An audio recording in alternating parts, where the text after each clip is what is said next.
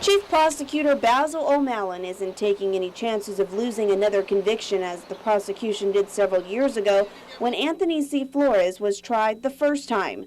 Flores was convicted for the death of Sherry Lee Taylor in 1999, but because a witness spoke to media during the trial, the Guam Supreme Court overturned the jury's decision.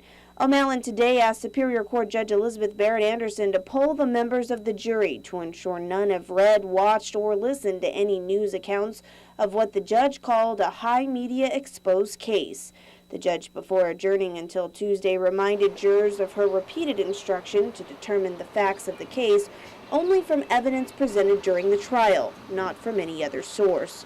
Jurors have been admonished not to read newspaper articles or watch or listen to television or radio accounts of the trial to ensure they're not influenced by anything other than what was presented at trial. The panel indicated they have adhered to her instructions. O'Mallan said he requested the poll simply as a precaution in light of the previous Supreme Court ruling that resulted in the overturned conviction against Flores.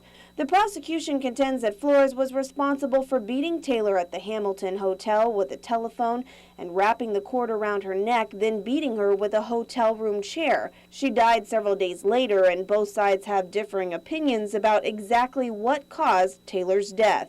Today, jurors heard from the prosecution's witness, Guam Medical Examiner Dr. Aurelio Espinola, who explained that he conducted a second autopsy of Taylor and determined she died from internal bleeding as a result of blunt force trauma. He reviewed photos that showed Taylor had bruising on her face and testified that the victim also had bruises on her abdomen. Espinola said the autopsy also revealed that Taylor's kidney was failing and she had an abnormal liver, possibly due to excessive alcohol use. Defense attorney Randy Cunliffe asked Espinola to confirm that her internal bleeding could have been a result of alcohol-induced hepatitis. Cunliffe saying that several doctors at Naval Hospital diagnosed Taylor with a condition that affects blood clotting. Dr. Espinola testified, though, that the internal bleeding he believes stemmed from trauma, not necessarily from Taylor's bad liver. The government rested their case today, and the defense will present